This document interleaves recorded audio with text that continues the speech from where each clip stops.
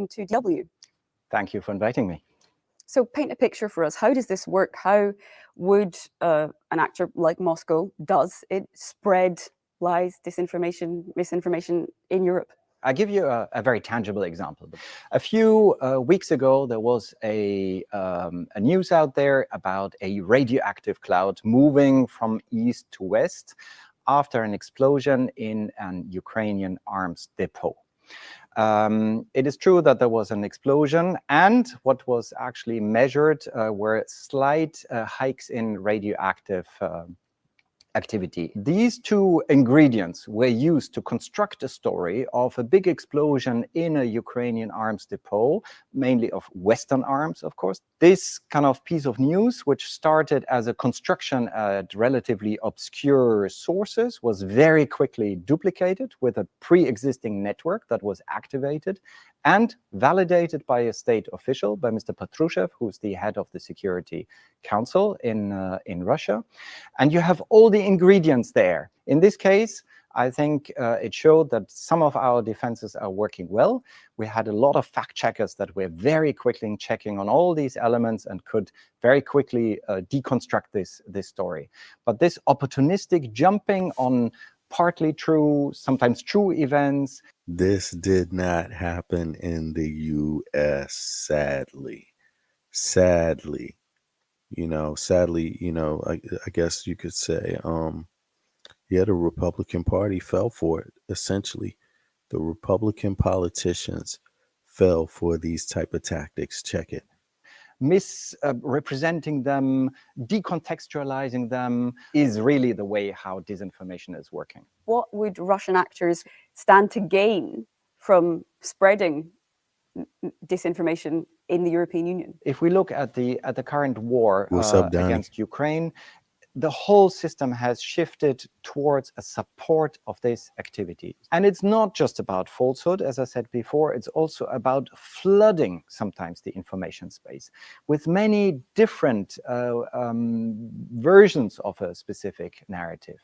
For example, when the dam in southern Ukraine exploded, the Russian disinformation ecosystem was very quick in pointing that this must have been Ukraine, this must have been the West, this has been done to increase the sanctions against Russia. This is a very, very important part of disinformation actors, this confusion part. Not only the falsehood, but just this occupying the space, I would call it. And where is that confusion being sown within the European Union? Are there regions or particular languages that you see as vulnerable in your work, in your tracking work? Again, a very tangible example. One issue, one topic that is very often pushed by this Russian disinformation ecosystem is the alleged or the so. The Europeans, they have had the benefit of learning from the Americans on this issue, and the U.S. was very slow to jump on disinformation as it leaned on freedom of speech. It leaned, politicians were heavily leaning that way, the concept of freedom of speech. But European nations, they lean on freedom of speech also, but they were more aggressive with the online, campaigns that they could track. The not necessarily the people that believe the information, but the sources of the information. And I think the U.S. was slow to pick up on that. But let's check this out. So-called traditional values, for example. So to denigrate. He's talking about the goals of the disinformation. Let's say progressive movements for the system is the alleged or the so-called traditional values, for example. So to denigrate, let's say, progressive movements in the West, for example. And that is, of course, aimed at more conservative parts of the population throughout the European Union, to feed this, to undermine, to stoke more.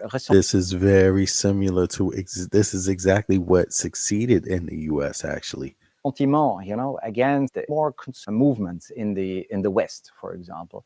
And that is, of course, aimed at more conservative parts of the population throughout the European Union, to feed this, to undermine, to stoke more ressentiment, against these policies. And with more European Union, to stoke more resentment within the population. To feed this, to undermine, to stoke more ressentiment, resentment against these policies. And we have plenty of these examples, how this is adapted, to a specific audience, to a specific country. But there is adapted to a specific audience in a specific country. It's adapted. He's given the whole layout right here. Check. A very rough rule of thumb, that the weaker the media system, so the less plurality there is, the less professionalism, let's call it like this, in the system is, and the less there is awareness for those threats, the better it works. And one of your colleagues within the European Union, Commissioner Jourova, she also deals with the fight against disinformation, has specifically called out, for example, Central and Eastern Europe as vulnerable areas, particularly when it comes to the online sphere and whether or not online platforms have the capacity to check certain languages, to fact check. It's true that the platforms have done some let's say, investments and really some progress also how to deal with this, but that we feel there's still a way to go. And the issue of especially languages, smaller languages that are not so common, such as take Czech or take whatever. I don't want to single out any of the countries. And it's not only inside the European Union, it's also outside the European Union. If you think about whatever, Macedonian, or if you think about other parts in this world. These are small markets for the social media platforms.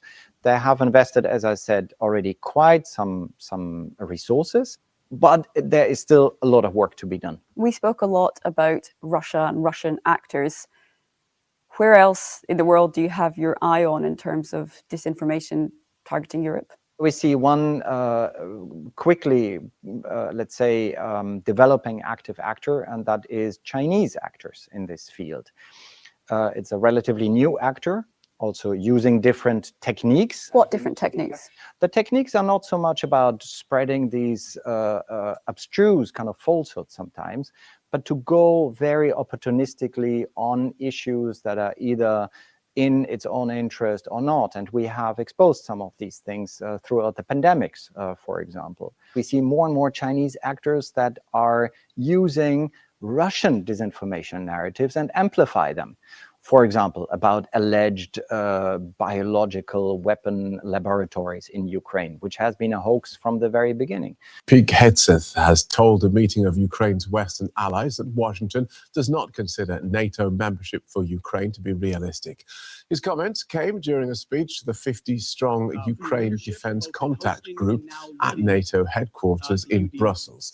It's the first of the group's meetings not to be chaired by the US. Earlier today, the current chair, Britain, said it plans to provide Ukraine with 180 million euros in fresh military aid. Defense Secretary Hegseth said today, the current chair, Britain, said it plans to provide Ukraine with 180 million euros in fresh military aid. Okay, so the UK is still going to support Ukraine. Defense Secretary Hegseth said peace in Ukraine is a top priority for Washington, but he ruled out any direct US military participation. Let's hear some of what he had to say. The United States does not believe that NATO membership for Ukraine is a realistic outcome of a negotiated settlement.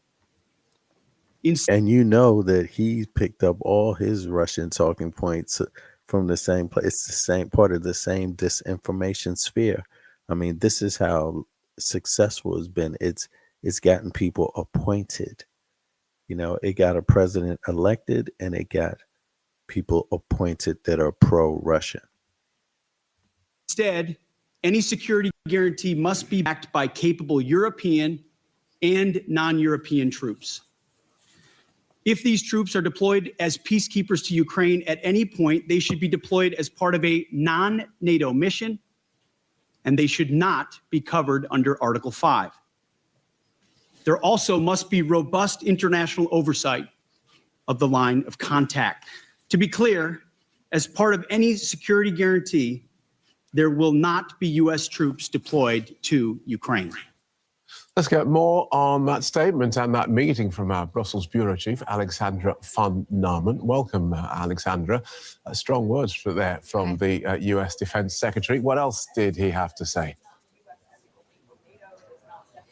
Well, I think we really have to say that it must have been shocking for many Ukraine supporters sitting there in the same room with Pete Hegseth to hear him lay out the US strategy in such a hard-hitting, blunt way.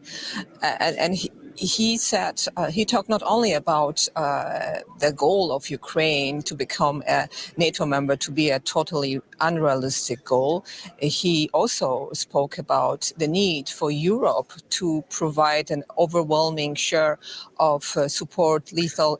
You know, this is an interesting event. It can be seen in a lot of different ways, but one of the things that I think pops into my head is the fact that, you know, essentially it's going to increase the EU's military production. You know, that's going to be one of the immediate effects of the U.S. pulling out. And people can argue whether that's good or bad. You know, do you want Europeans investing in more weapons? Does that mean the U.S. will invest in less weapons? No, ultimately, it means more weapons is going to be made from Western countries. That's essentially, you know, what hits my mind anyway. But let's listen a little more. And unlethal support for Ukraine. He also addressed America's NATO allies by saying that Washington will no longer accept what he called an imbalanced relationship with those allies, accusing them of not spending enough on defense. So those were very strong words. They may have been not new or surprising, but still for allies to hear him say out all of this loud here in Brussels, that was quite something. Okay, so 50 countries in this contact group. Talk us through the different interests at play. Well, I think there are a couple of issues here on the table. First, Pete Hegseth said that allies, NATO members, need to spend more on defense, 5% of their GDP. That is out of reach for many NATO members. So it's unlikely to happen, even though they are saying they will try to increase their spending, but it's unlikely for them to reach this goal soon in the future. Then, of course, when we talk about the future of Ukraine, Pete Hegseth said that there will be, in case of any peace deal, U.S. boots on the ground, so no U.S. soldiers. But then what does it mean for the Europeans? They are already talking about a potential European or international peacekeeping force, but they cannot do without U.S. support when it comes to air defense, air support, and ables on the ground. So this put Europe in a very difficult position. And of course, all of that must have been also shocking for Ukraine, because even the Ukrainian president was stating in the last weeks and days that he cannot imagine that Europe alone could support Ukraine enough to continue fighting. Even if the Europeans would like to do so, they don't have enough weapons in their stockpiles to provide Ukraine with enough artillery and military equipment to fend off Russian attacks and continue fighting. Okay, thanks for that, Alexandra. DW's Alexandra van. Last 10 minutes or so, a lot of information coming and dropping that President Putin and Donald Trump have had a long phone call today. What are you hearing about the contents of that call? Well, no more than you. I wasn't on the call, but they have a rapport. They have a personal relationship, which is in some ways quite troubling, because during President Trump's first term in office, he very publicly said he preferred to listen to President Putin rather than his own intelligence agencies, which was a real shock to the community, the intelligence community in the United States. But there is a very close working relationship between US and British intelligence agencies, the CIA, the FBI, MI6, and so on. But the fact that these two leaders do have something to talk about, I think, is quite promising. You've got to remember what President Trump's priorities are. For him, it's about securing the southern border, it's about trade, it's about China. He's not that interested in Europe. And his big message, going back to also to what his defense secretary has been saying to America's NATO partners in Europe, is Ukraine is kind of your problem. This is Europe. You sort it out. You spend more on defense, agonizing over whether, in the case of Britain, to raise it from 2.3 to 2.5%. He's thrown all of that out of the window and demanded 5%. Well, America doesn't even spend 5% of its GDP on defense. It's unaffordable for most European nations. But you've got countries, big countries like Spain and Italy, that spend less than the mandated 2%. And America is saying, why should the US taxpayer have to shoulder that burden if you're not prepared to pay for your own defense? So this really today has been, I think, a bit of a cold shower for both Ukraine and for NATO. Frank, thanks very much. And coming on top of those details, Frank. He has held a phone call with Vladimir Putin. They cut issues on the Middle East, energy, artificial intelligence. But the concentration of that conversation was Ukraine. And Donald Trump said they discussed that they agreed they wanted to stop the war, stop the deaths in the Russia-Ukraine war.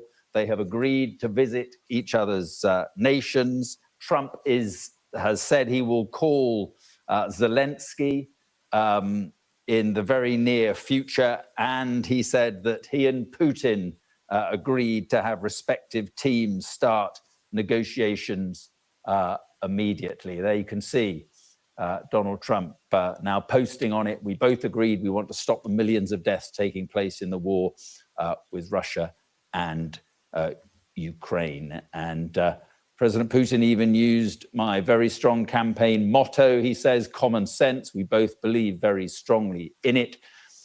And he said, we agreed to work together very closely, including visiting each other's nations. We have also agreed to have our respective teams start negotiations immediately. So a highly significant moment. Donald Trump is wasting no time. He's been involved in the Middle East. He is now getting involved in Ukraine. Let's bring in our international affairs editor, Dominic Waghorn. And so, Dominic, it seems that the negotiations are going to get underway pretty soon. Yeah, I mean, this is a bombshell notification from Donald Trump from the White House following a bombshell speech by his defense secretary in Brussels. But just to reiterate, because it is very significant, Mark, is what he's saying here, saying that after this 1.5-hour phone call, we agreed to work together. He is saying, the American president agreeing with the Russian leader very closely, including visiting each other's nations. And the Kremlin has, in the last 5 minutes or so, confirmed that Putin and Trump have agreed to meet. Not quite sure where, but there will be, it seems, another Trump-Putin summit. We've also agreed, the White House, or Donald Trump is saying there, to have our respective teams start negotiations immediately. And this is the significant bit also. We will begin by calling President Zelensky of Ukraine to inform him of the conversation. So that's a break. You know, we have seen all day efforts by not just John Healey, the British Defence Secretary, but other members of NATO to kind of stick fingers in the dike, the crumbling dike of NATO solidarity and unity after what Pete Hegseth said, the Defence Secretary. They're trying to give the impression that there is still unity, whereas that impression, as I say, is crumbling because... For people that don't know, Pete Hegseth, he has a white supremacist nationalist symbol on his chest. Yeah, I'm gonna check that out real quick, but he is the defense secretary now, so he has changed the U.S. policy, yeah, which is basically what people are going to have to adjust to. It's a break with what has been 3 years of firm and determination by NATO members to be united and behind the principle of not talking about Ukraine. Nothing is discussed about Ukraine without Ukraine. So we now have a break with that. We have the American president meeting on the phone, talking for an hour and a half with his Russian counterpart, not including Ukraine, discussing Ukraine, but not including Ukraine. And only after that meeting, they're going to... Now, see, this is what's interesting, because here have that policy with Ukraine, but he has a different policy with Israel. Why do you think that is? Is it because of Putin? Or is it's obviously got something to do with Putin, right? But but then what about Israel? You know, what are the plans there? Who's going to keep the peace in the Middle East, right? I'm curious about that. Phone Zelensky and inform him about that meeting. That's significant. And also, I think the question that arises out of this immediately is when he says we're going to, or we've instructed our teams to start negotiations. What teams are those? Are these going to be bilateral negotiations? I mean, I don't know how much Americans recognize in terms of their corporations being global, right? But the U.S. has a lot of, has a lot of companies globally and has a lot of interest globally, and these are American companies. So, the GDP is likely to be hit. I mean, at the end of the day, all of these struggles and competitions between US, China, Russia, all of it's about money ultimately, right? Control over trade and whose type of society will be predominant, right? And that goes into the societies that we grew up in, which are called liberal societies. A lot of people don't know that, but this is and has been the age of liberalism. Like, remember, Jim Crow was still popular 50 years ago, so 40, 60, 70 years ago, 80 years ago, 100 years ago, you see. So it's not that long ago. And liberal policies, the concept of freedom, that's what liberal ultimately means, right? That's the root of the word, freedom. The root of liberal means freedom, right? So we can look at it in that way. How free is Russia, the Russian society? How free is the Chinese society? How free are they? You tell me. I mean, and then look at your freedom. A lot of times it takes people the opportunity to travel a little bit before they recognize some of the things they have, Not saying that it makes things perfect, but still it gives people an opportunity to reflect upon what they might lose.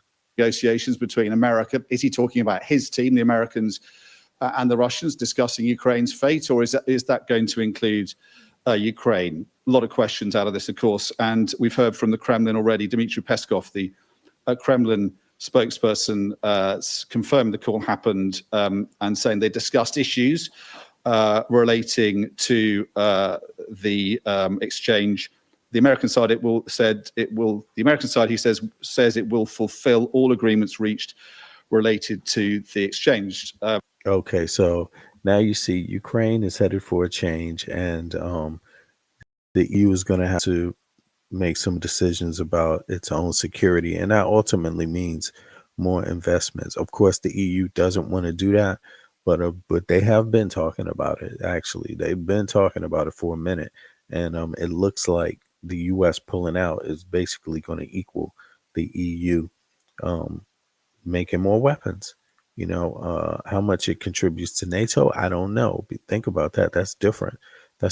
They can already they're already talking about the EU budget for military anyway, separate from NATO. So but in any case, this White House press secretary, let's see what's going on here. Let's see. Good afternoon, everybody. It's great to see all of you on this very newsy day, to say the least. I have a couple of updates for you this morning, or this afternoon. As you know, this morning, the president spoke to President Putin of Russia. They spoke at length, and the president released a statement following that conversation in great detail. I can also confirm that the president just recently got off the phone with President Zelensky of Ukraine. His truth is as follows. I just spoke to President Zelensky of Ukraine. The conversation went very well. He, like President Putin, wants to make peace. We discussed a variety of topics having to do with the war, but mostly the meeting that is being set up on Friday in Munich, where Vice President J.D. Vance and Secretary of State Marco Rubio will lead the delegation. I am hopeful that the results of that meeting will be positive. It is time to stop this ridiculous war where there has been massive and totally unnecessary death and destruction. God bless the people of Russia and Ukraine. I myself just spoke to the president about these calls, and he told me to tell all of you they were very good calls. They were very positive, and the administration is wholeheartedly committed to a peace deal to end once and for all the Russia-Ukraine war. I don't think I've ever heard Donald Trump even say God bless the people of America. I don't ever think I've heard Trump ever say that. That's really interesting choice of words, but more on that later. I'm sure you'll have more questions to ask. This week, the president has continued to deliver on his promises to the American people. According to new polling that was released at the beginning of this week by CBS News, an overwhelming price of eggs in the U.S. are double. That's been confirmed, and the price of eggs in Canada are basically the same. DK the same. Also, it's like 12 eggs you can get 12 eggs for between $2.70 and $4.05 over here. 70% of Americans said that President Trump is following through on what he pledged to do during his historic campaign. The poll also revealed. Did she just say 70% of Americans? Hold on. That can't be right. On what he pledged to do. Percent of that was released at the beginning of this week by CBS News. An overwhelming 70% of Americans said that President Trump is following. Where is that coming from? Through on what he pledged to do during his historic campaign. The poll also. 70% of Americans didn't even vote. You know what I mean? Like, come on, what is this? This is ridiculous. Revealed that Americans see President Trump as a tough, energetic, focused, and effective leader. She said, energetic. What kind of phony baloney is this? What is going on here? Fighting hard to improve their lives and our country. And yesterday, in particular, was a truly special day. I'm so glad I turned up this. This is garbage. This is like cartoonish. This is childish. What is going on here? And listen to this again. The poll also revealed that Americans see President Trump as a tough, energetic, focused, and effective leader, fighting hard to improve their lives. And he can run the 100-yard dash in 3 seconds. And our country. And yesterday, in particular, was a truly special day for the United States of America. Thanks to the great leadership of President Trump and the strong and tough leadership of President Trump, why does she keep emphasizing strong, tough? What's wrong with what's going on? An American teacher detained by Russia, was returned to American soil and met with the president here at the White House last night. Special Envoy Steve Witkoff and the rest of President Trump's incredible national security team helped to negotiate the exchange. That's incredible national security team.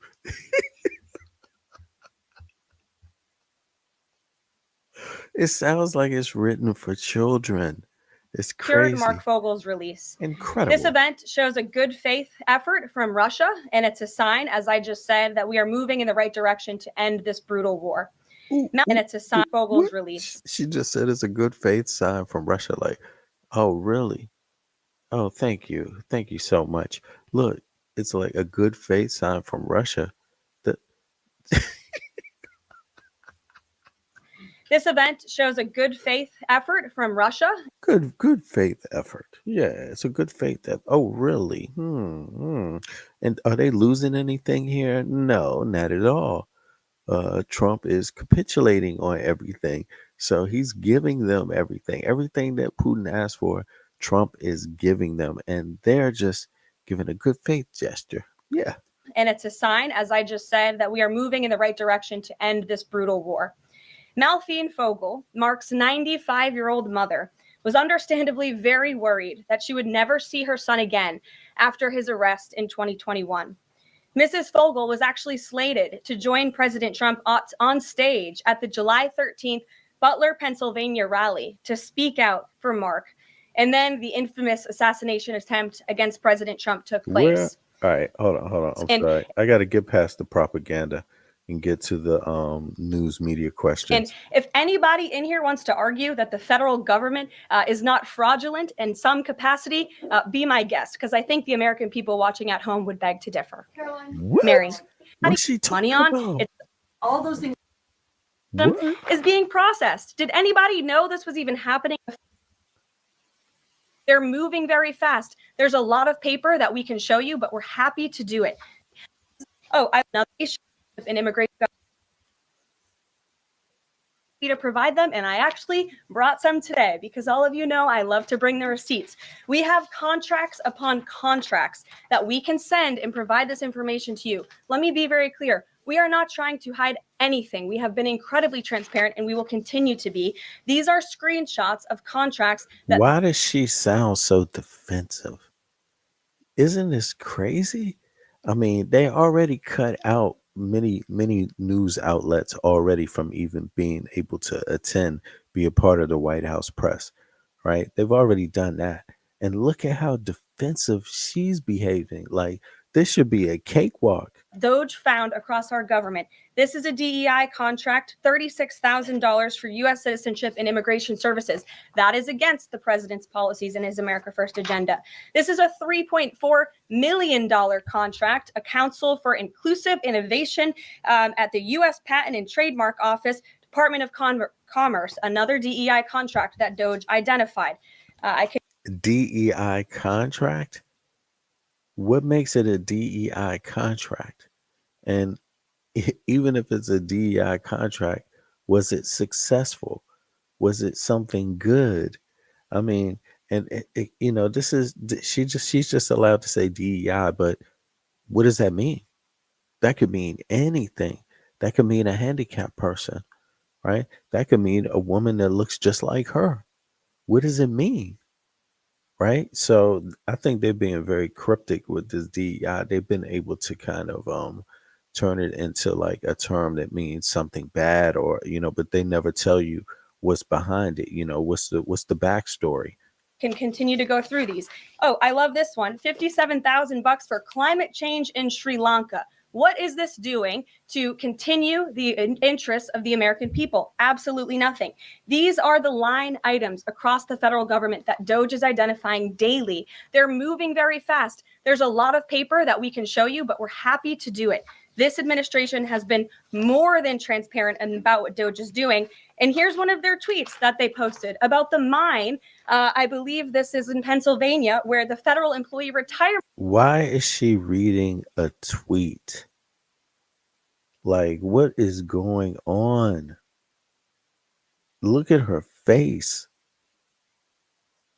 Like, this is embarrassing.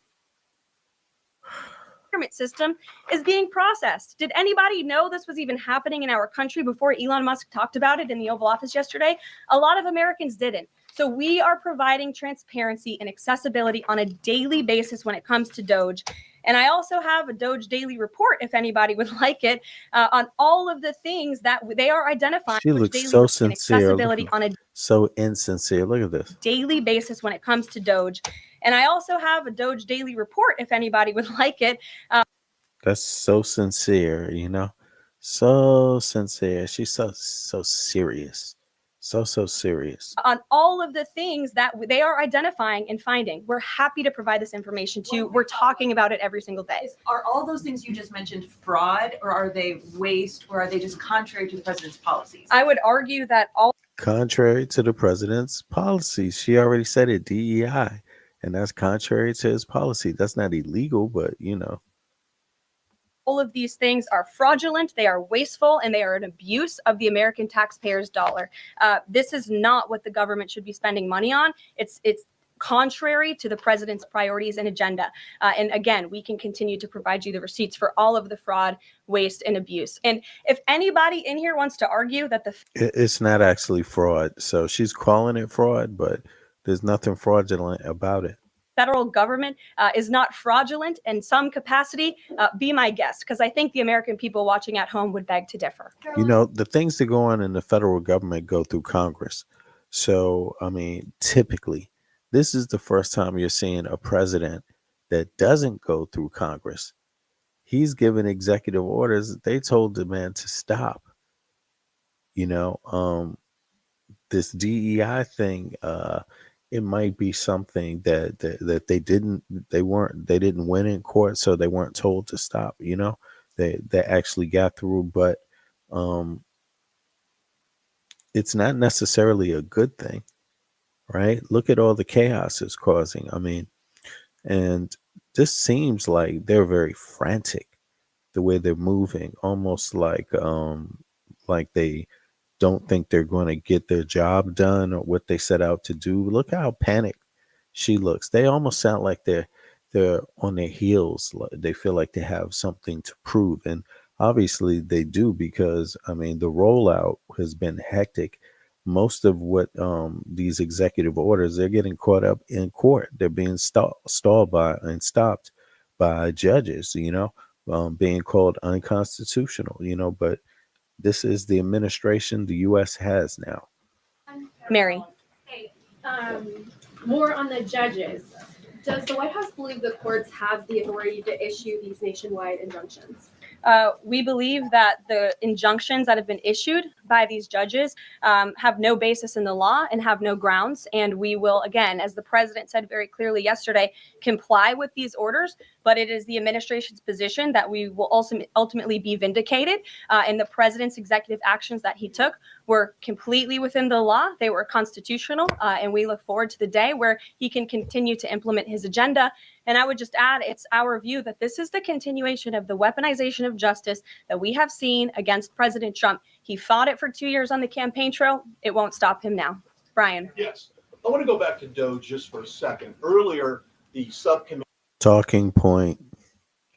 I mean, talking point. Look, so in other words, she's saying that 70% of Americans, thus far, she's saying 70% of Americans agree with Elon Musk raiding the Treasury Department.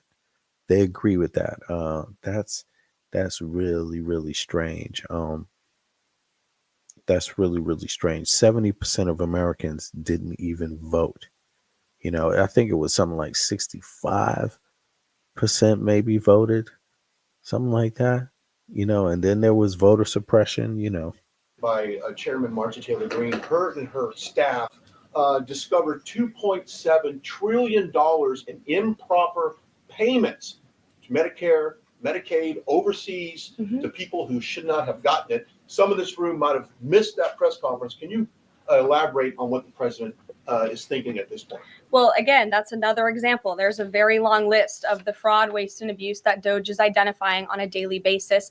Elon Musk also talked about yesterday about Social Security payments that are going out the door for people who are no longer with us. Unfortunately, I would say that is certainly fraud. There's also a lot of contracts they've identified that, just as a hypothetical example, are $1 million, but only 500,000 went out the door. So where's the rest of that cash? And so that's the thing. Those are the things that Doge is working on every single day. And I would just you know, basically, this would typically be a job for Congress. Congress is the one that funds these programs. Congress has oversight according to the Constitution. And this is another example of them trying to justify not following the Constitution. The issue is not if there's fraud or is there fraud. You can determine that by having hearings in Congress, right? They have oversight. It's actually their job to do that. And now when the executive branch does it, what they have the ability to do now is hide what they're doing.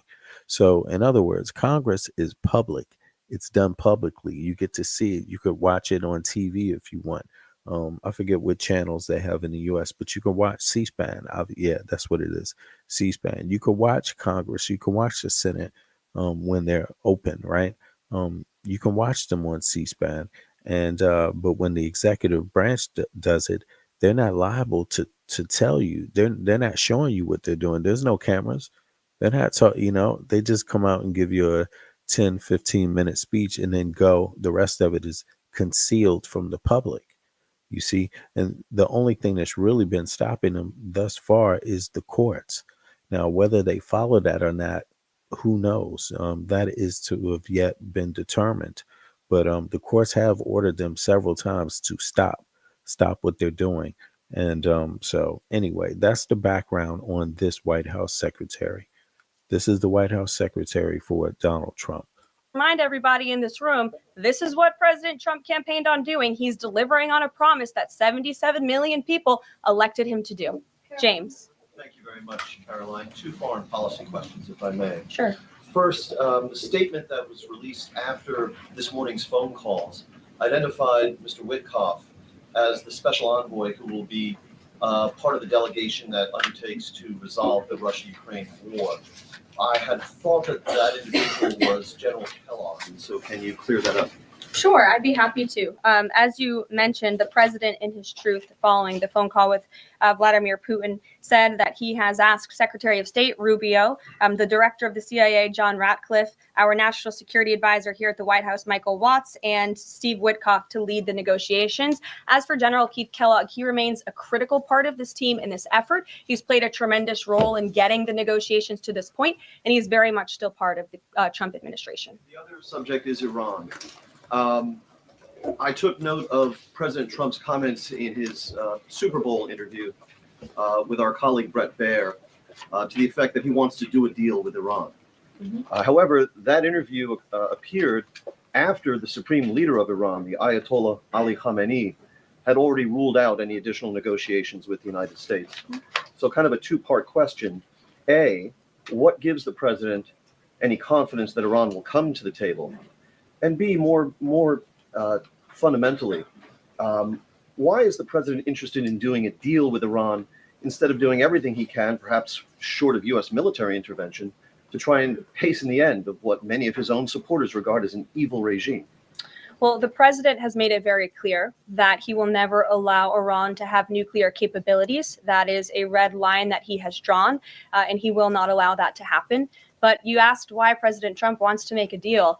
I would remind you, he's the master of the art of the deal. He is America's deal maker in chief. He leads from a position. Oh my God. So let's flip over. They just rely on these talking points. I mean, and people just accept it. I mean, this is just really, really, really, really strange to watch, right? But this is the person that they're talking about, the art of the deal. It is it's ridiculous, but here we go. All right. That's meeting you here. Coming often. X, are you okay? Hey, Andrea. This is X, and he's a great guy, high IQ. He's a high IQ individual. And he's got this. Check out this cool chain he's got. So thank you very much. We had a busy day today. The king just left, and we've had a great discussion, terrific discussion concerning Gaza and everything. Yeah, exactly. This is the lead up to the tax cuts, the $1 trillion tax cuts that he's going to make for the billionaires, right? Because there's no money, out there, but he's going to capitulate at the same time. So, I don't know how far this is going to go, but to me, it's painfully obvious that they've had something on Trump the entire time. They've used it. Elon Musk has figured that out. He's using that to position his company. And they're using as cover for all of that, the domestic stuff, because that's how they get the votes. So they're going to have the, domestic squabbles, the liberals versus the Republicans or the MAGA people. But meanwhile, they're stripping rights away from all these MAGA people. I mean, and everyone else. That's what I mean. They use the domestic spats and fights. They use that as a cover to do these other things. And really, at the end of the day, the only person that's going to benefit from this are these two people right here: Elon Musk, Trump, Putin, China, Yeah, that's who's going to come up. The U.S. is going to go down economically. Like, that's where it's headed. Like, seriously, really fast, right in front of people's eyes too. And it's just a matter of time before people feel it. Um, yeah, it's very, very strange to watch, but the courts are still there. The courts are still there, so Anything we'll else? see. We had discussions also about Saturday at 12 o'clock. It's going to be a big moment. We'll see what happens. I don't expect much happening with these people, but we'll see what happens. And we're going to be signing a very important deal today. It's Doge, and I'm going to ask Elon to tell you a little bit about it and some of the things that we found, which are shocking. Billions and billions of dollars in waste, fraud, and abuse. And I think it's very important. And that's one of the reasons I got elected. I said, we're going to do that. Nobody had any idea it was that bad, that sick, and that corrupt. And it seems hard to believe that judges want to try and stop us from looking for corruption, especially when we found hundreds of millions of dollars worth, much more than that. So he's turned the whole story around now. It's like he's making it sound like the judges want to stop him from looking for corruption. But is he looking for corruption? Why isn't he asking Congress to what they think about corruption? Right? He's not even engaging Congress, and Congress is the one that has oversight on the budget. So it is ridiculous. It's something Congress should be debating, and he's not calling on Congress. This is so. I mean, is he really looking for crime for fraud? Why doesn't he show people that he's looking for fraud then? He's not. He's saying it though. He's saying it. He's definitely saying it. But yeah. In just a short period of time. We want to weed out the corruption. And it seems hard to believe that a judge could say, we don't want you to Look, he wants to weed out the corruption. At the same time, he wants to weed out DEI. do that. Well, so maybe we have to look at the judges because that's a very serious, I think it's a very serious violation. I'll ask Elon Musk to. Trump thinks that the president hires and fires everybody, even the judges. And by the way, the judges are the ones that put him here. The Clarence Thomas, these other Republican Supreme Court justices. Oh my goodness, it's too. I mean, and now the other judges are left with the mess to have to clean up. And this guy. It looks like it's going to come down to a fight. I'm gonna be honest with you because these guys, they're definitely going to press the limits. They're not going to abide by the law. And the worst part about this guy is he's willing to hurt Americans for his own greed. That's really the worst part about it. I mean, that it's not even what he's willing to do to someone else. He's really going to commit the harm to actual Americans, Republicans, Democrats, everybody. Say a few words and we'll take some questions. Elon, go ahead. Sure. So at a high level, you say, what is the goal of Doge And listen to this bozo. This is the really. I mean, this dude, he's worse. He's worse than Trump. He is worse than Trump. Listen to this. He doesn't know anything. Look at how he's developed a speech pattern to avoid saying anything really. Check this. And I think a significant part of this of presidency is to restore democracy. This may seem like, well, are we in a democracy? Well, if you don't have a feedback loop, okay, we'd have to. If you sorry, tell you gravitas can be difficult sometimes. If there's not a good feedback loop from the people to the government, and if you have rule of the the bureaucrat, if the bureaucracy is in charge, and then what meaning does democracy actually have? If the people cannot vote and have their will be decided by their elected representatives in the form of the president, He's not. They don't want to go to Congress for and the anything. Senate and the House, then we don't live in a democracy. We live in a. This guy just circumvented Congress, the entire government. How are these people sitting back watching this? That's what I don't get. How is that not an offense to the democracy itself? Bureaucracy. So it's incredibly important that we close that feedback loop, we fix that feedback loop, and that the public's elected representatives, the president, the House, and the Senate, decide what happens, as opposed to a large unelected bureaucracy. This is not to say that there are good people who are in the federal bureaucracy, but you can't have an autonomous federal bureaucracy. You have to have one that is responsive to the people. That's the whole point of a democracy. Did you hear this? He just said it the exact opposite. That is backwards. Did you hear what he did? This is ridiculous. Listen to this. Bureaucracy, but you can't have an autonomous federal bureaucracy. You have separation of powers. What is he talking about? That's the whole point. The separation of powers. You see, so now he's saying you can't have an autonomous. You have to have one that's responsive to the people. That's okay. The whole point of a democracy. And if you looked at this, if you looked at the founders today and said, what do you think of the way things have turned out? Well, we have this unelected, fourth unconstitutional branch of government, which is the bureaucracy, which has, in a lot of ways, currently. It's total fiction. He's created a whole nother. You see, he's talking about the bureaucracy as if it's its own government agency.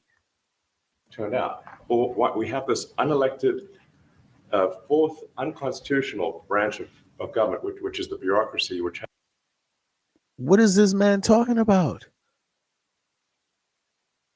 Has, in a lot of ways, currently more power than any elected representative. This is ridiculous. More power than any. They're not even asking Congress to do anything. Congress hasn't done anything in how long? How long has what is Congress trying to go into session on? The only thing they're trying to go into session on is to give the billionaires their tax cuts. Otherwise, they've been completely silent. He's talking about their money that they have oversight on, and they're like, there's not even a peep in the house. It's quiet as a mouse. You know, like it's crazy. And this is not something that people want.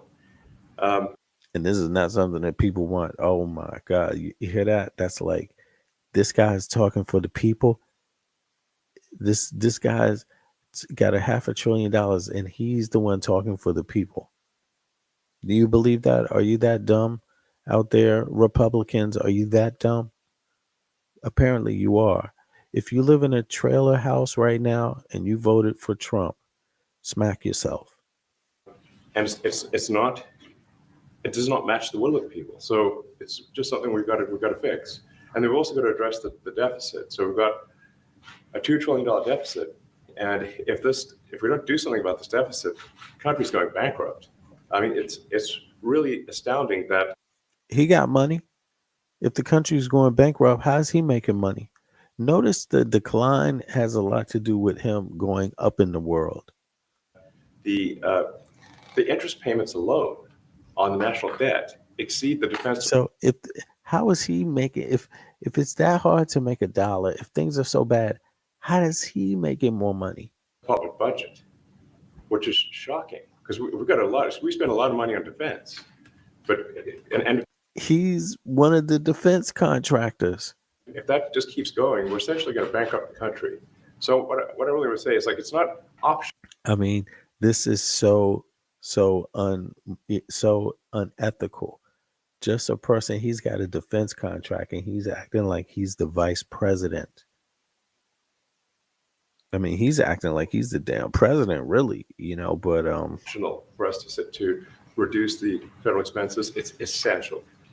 It's essential for America to remain solvent as a country, and it's essential for America to have the resources necessary to provide things to its citizens and not simply be servicing vast amounts of debt. And also, could you mention some of the things that your team has found, some of the crazy numbers, including the woman that walked away with about 30 million, right, et cetera? Well, we do find it sort of rather odd that there are quite a few people in the bureaucracy who have ostensibly a salary of a few $100,000, but somehow manage to accrue tens of millions of dollars in net worth while they are in that position, which is, what happened to USAID. We're just curious as to where it came from. Look, this is the guy that doesn't want to show you any of his records, any of his financial records, and he's looking through everybody else's. They're very good at investing, in which case we should take their investment advice, perhaps. But just there seems to be mysteriously they get wealthy. We don't know why. Where does it come from? And I think the reality is that they're getting wealthy at the taxpayer expense. That's the honest truth of it. So, we're looking at, look, he is a weapons contractor. He himself is not a weapons contractor, but he has contracts with the U.S. government, right? A developer. I don't know what he's developing, some shit. But in any case, he's there, and he doesn't see the conflict in what he's saying because he's getting paid from the taxpayers' dollars. Y'all, this is pure gaslighting. And if you let someone talk to you like this, you are a slave. Like, really, straight up. If you go for this, you are a mental slave. You will do anything. This guy can talk you into anything if you go for that. Well, we just, if you look at, say Treasury, for example, basic controls that should be in place, that are in place in any company, such as making sure that any given payment has a payment categorization code, that there is a comment field that describes the payment, and that if a payment is on the do not pay list, that you don't actually pay it. None of those things are true currently. So the reason... Notice how they haven't provided any proof for anything that they've been saying. Listen to this. If you find fraud, you're supposed to report it, right? Where's the report? Where's the records? Where they at? Where's the evidences? Call Congress. How come Congress doesn't know about this? How come they're not telling Congress to pass some laws so this stops? It's like, this is really, really, this is not democracy. You're not seeing democracy right now. This is not what voters wanted, but this is definitely not democracy. And if this is what voters wanted, then voters voted against democracy, because this is not democracy at all. If it was democracy, your congressional representatives would be busy talking about this. That departments can't pass audits is because the payments don't have a categorization code. It's like just a massive number of blank checks just flying out of the building. So you can't reconcile blank checks. You've got comment fields that are also blank, so you don't know why the payment was made. And then we've got this truly absurd, a do not pay list, which can take up to a year for an organization to get on a do not pay list. And this, we're talking about terrorist organizations, we're talking about known fraudsters, known aspects of waste, known things that do not match any congressional appropriation. It can take up to a year to get on the list. And he just said congressional appropriate. You hear that? But he's not asking Congress to do anything. Known things that do not match any congressional appropriation. Congressional appropriation. Things that do not have any congressional appropriation. And this, we're talking about terrorist organizations, we're talking about known fraudsters, known aspects of waste, known things that do not. Known fraudsters, known aspects to waste. That's so ambiguous. That is so ambiguous. What is that? He just made one thing into three things. He started off with terrorists and then said two ambiguous things. Not about this. And this, we're talking about terrorist organizations, we're talking about known fraudsters, known aspects of waste, known things that do not What are the knowns? What are they? match any congressional appropriation. It can take up to a year to get on the list, and even once on the list is not used. It's mind-blowing.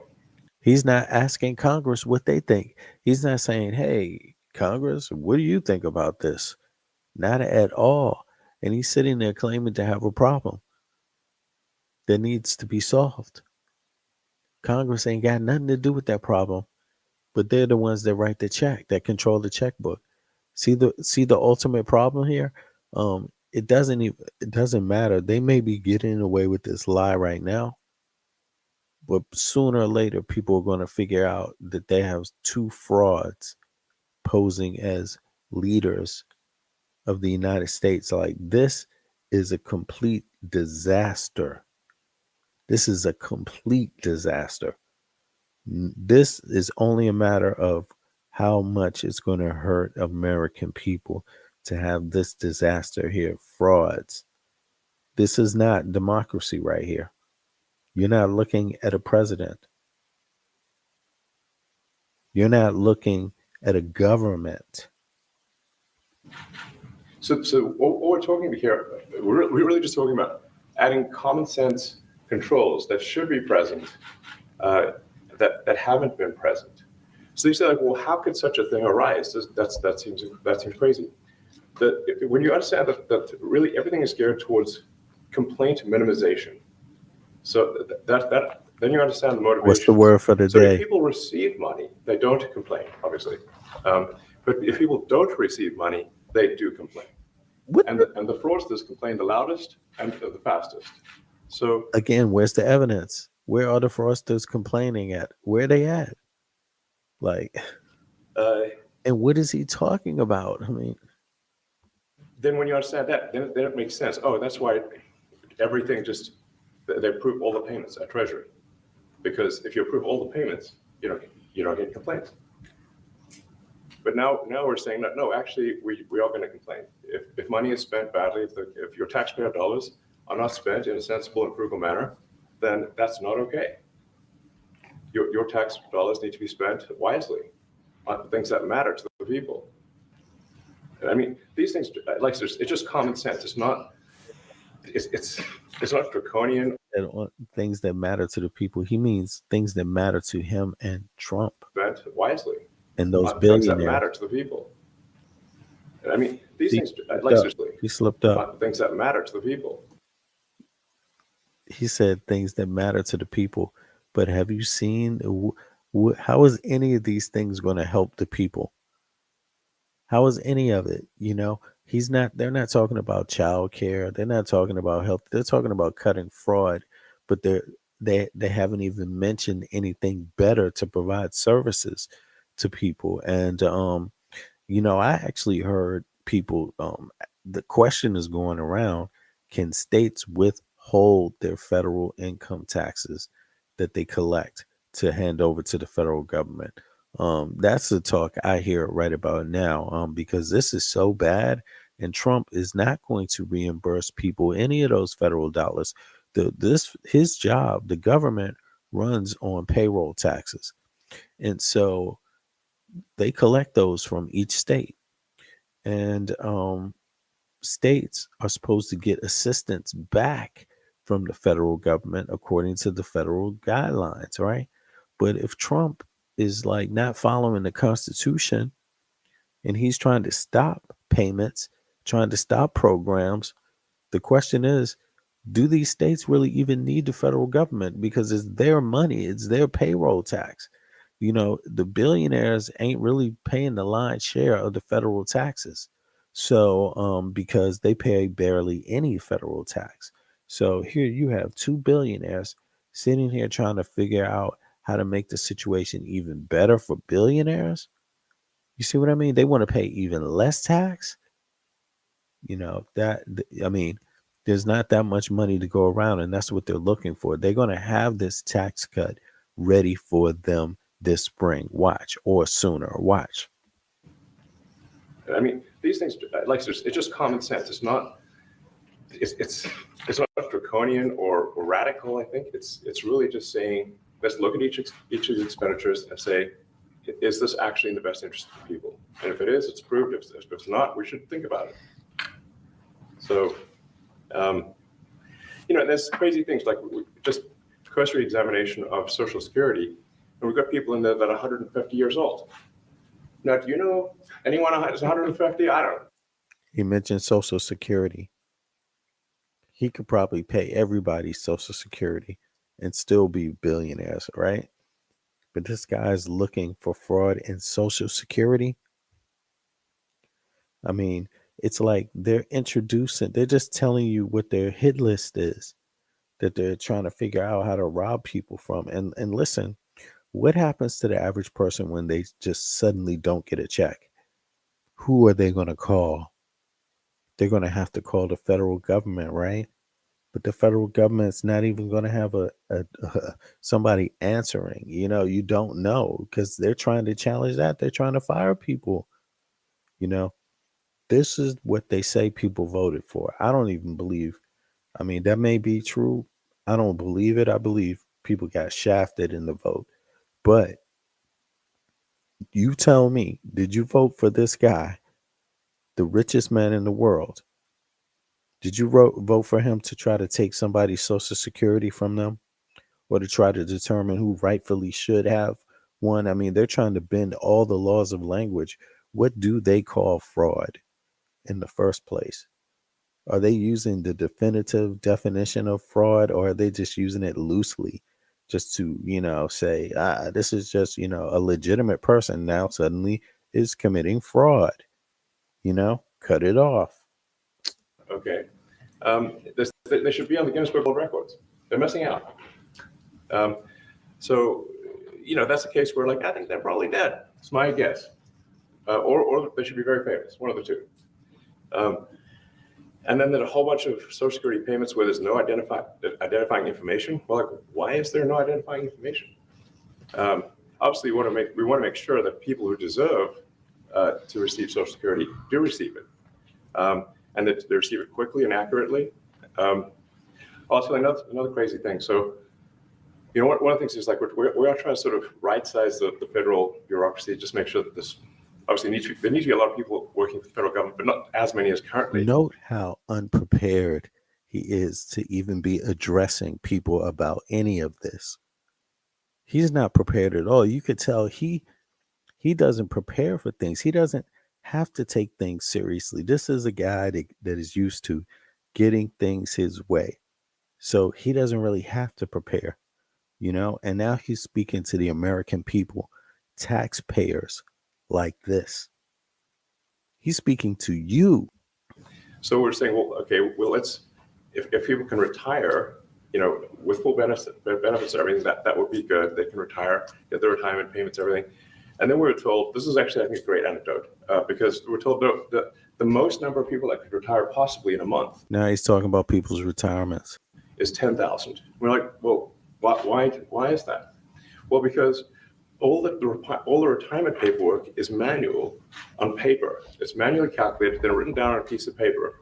Then it goes down a mine. I'm like, what do you mean? Why did they not ask Congress?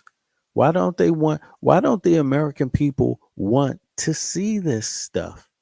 The place to see it would be in a congressional hearing. These are people you elected. These are people you pay. You pay your congressional members, Republican or Democrat.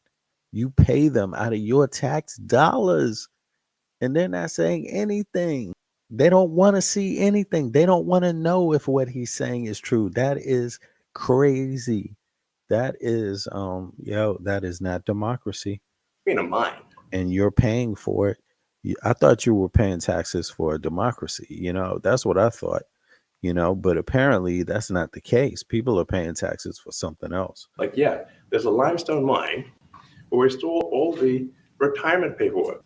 And you look at a picture of this mine. We'll post some pictures afterwards.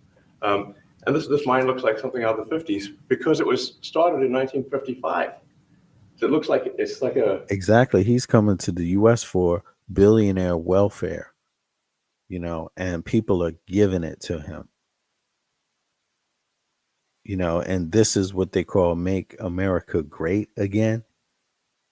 This guy made the US the laughing stock of the world, and this dude is about to get paid off of it. Look, he's almost salivating. He can feel it coming almost. That's why he's so bold to even address people looking like this and so unprepared. He's bringing up so many accusations, but no proof. How long has he been talking? He's been talking, what, for 5 minutes? Something like that now, easily almost 7-8 minutes, maybe. And then the speed, then the limiting factor is the speed at which the mine shaft elevator can move determines how many people can retire from the federal government. And the elevator breaks down, and then sometimes, and then nobody can retire. Doesn't that sound crazy? There's like 1,000 people that work on this. So I think if we take those people and say, like, you know what, instead of working in a mine shaft and carrying manila envelopes to, boxes in a mine shaft, you could do practically anything else, and you would add to the goods and services of the United States in a more useful way. So anyway, so I think that's ambiguous. An example, like at a high level, if you say, like, how do we increase prosperity? Is we get people to shift from roles that are low to negative productivity. Yeah, Andre, I agree with you. He should he's coming for the money. He's coming for people's money, and he's doing it right in people's faces. And that's because they use so much gaslighting that people can't snap out of it. It's like they are used to being abused and talked down to. And now they're going for being told that they're going to be raided. Their pockets are going to be raided. And he's just saying it basically openly, not following the law, not even using the law, not using the Constitution, not using your elected officials, congressional members, Senate, not using any of that. And he's claiming that there's crimes. You heard of Ollie North. He had to go in front of the Congress or the Senate. All of the, it's just, it is just pathetic. It's there's no words for this, but it is a learning lesson. It should be a learning lesson, but if people don't snap out of this and demand justice, you're going to pay for it in your own pockets, straight up. High productivity roles. And so you increase the total output of goods and services, which means that there's a higher standard of living available for everyone.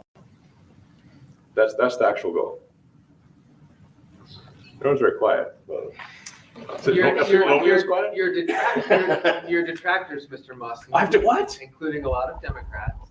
I have detractors? You do, sir. I don't believe it. Say that you're orchestrating a hostile takeover of government and doing it in a non-transparent way. What's your response to that criticism? Well, first of all, you couldn't ask for a stronger mandate from the public. The public voted. We have a majority of the public voting for President Trump. Won the House. Won the Senate. The people voted for major government reform. There should be no doubt about that. That was on the campaign. The president spoke about that at every rally. The people voted for major government reform, and that's what the people are going to get. They're going to get what they voted for. And a lot of times, people that don't get what they voted for, but in this presidency, they are going to get what they voted for, and that's what democracy is all about. Mr. Musk, the White House says that you will identify and excuse yourself from any conflicts of interest that you may have. Does that mean that you are in effect policing yourself? What are the checks and balances that are in place to ensure that there is accountability and transparency? Well, we actually are trying to be as transparent as possible. In fact, we post our actions to the Doge handle on X and to the Doge website. So all of our actions are maximally transparent. In fact, I don't think there's been, I don't know of a case where an organization has been more transparent than the Doge organization. So you know, and the kind of things we're doing are, I think, very, very simple and basic. They're not, you know, what I mentioned, for example, about Treasury, just making sure that payments that go out, taxpayer money that goes out, is categorized correctly, that the payment is explained, that organizations on the do not pay list, which takes a lot to get there, that actually are not paid, which currently they are paid. These are not individual judgment decisions. These are about simply having sensible checks and balances in the system itself to ensure that taxpayer money is spent well. So it's got nothing to do with, like, say, a contract with some company of mine at all. But if there is a conflict of interest when it comes to you yourself, for instance, you've received billions of dollars in federal contracts when it comes to the Pentagon, for instance, which the president I know has directed you to look into. Yeah. Are you policing yourself in that? Is there any sort of accountability check and balance in place that would provide any transparency for the American people? Well, all of our actions are fully public. So if you see anything, you say, like, wait a second, hey, you know, that seems like maybe that's, you know, that there's a conflict there. It's not like people are going to be shy about saying that. They'll say it immediately. Including you yourself. Yes. But transparency is what builds trust, not simply somebody asserting trust. So not somebody saying they're trustworthy, but transparency, so you can see everything that's going on. And then you can see, am I doing something that benefits one of my companies or not? It's totally obvious. And if we thought that, we would not let him do that segment or look in that area if we thought there was a lack of transparency or a conflict of interest. And we watch that also. He's a big businessman. He's a successful guy. That's why we want him doing this. We don't want an unsuccessful guy doing this. Now, one thing also that Elon hasn't really mentioned are the groups of people that are getting some of these payments. They're ridiculous. And we're talking about billions of dollars that we've already found. We found fraud and abuse. I would say those two words as opposed to the third word that I usually use, but in this case, fraud and abuse. It's abusive because most of these things are virtually made up, or certainly money shouldn't be sent to them. And you know what I'm talking about. It's crazy. So, but we're talking about tens of billions of dollars that we've already found. And now a judge who's an activist judge wants to try and stop us from doing this. Why? Why would they want to do that? I campaigned on this. I campaigned on the fact that I said government is corrupt. And it is very corrupt. It's very, very, it's also foolish. As an example, a man has a contract for 3 months and the contract ends, but they keep paying him for the next 20 years, you know, because nobody ends a contract. You got a lot of that. You have a contract that's a 3-month contract. Now, normally, if you're in a small, in all fairness, it's the size of this thing is so big. Yeah. But if you have a contract and you're in a regular business, you end the contract in 3 months. You know, it's a consult. Here's a contract for 3 months, but it goes on for 20 years. And the guy doesn't say that he got money for 20 years. You know, they don't say it. They just keep. So when are we going to see this stuff from Trump? When is the public going to get a chance to see it? When is the Congress going to get a chance to see it? When is he going to make it available to the American people that pay his taxes? And how long are the American people going to pay federal taxes if their Congress is basically defunct, you know, not operational, not doing its job, not releasing funds? The executive branch, that's federal taxes too, payroll taxes. What's up with that? And what do you think Americans are going to do? Let me know what you think. Let me know what you think about that. And leave some comments, you know, on the video, share it.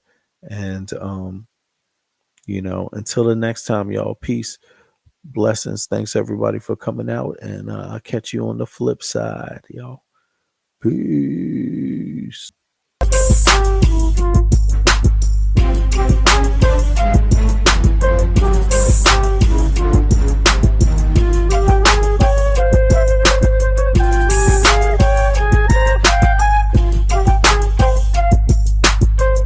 Getting checks month after month, and you have various things like that, and even much worse than that, actually, much worse. And I guess you call that incompetence, maybe. Yeah. It could be corruption. It could be a deal made on both sides, whatever. I guess the money, I think there's a lot of kickback here.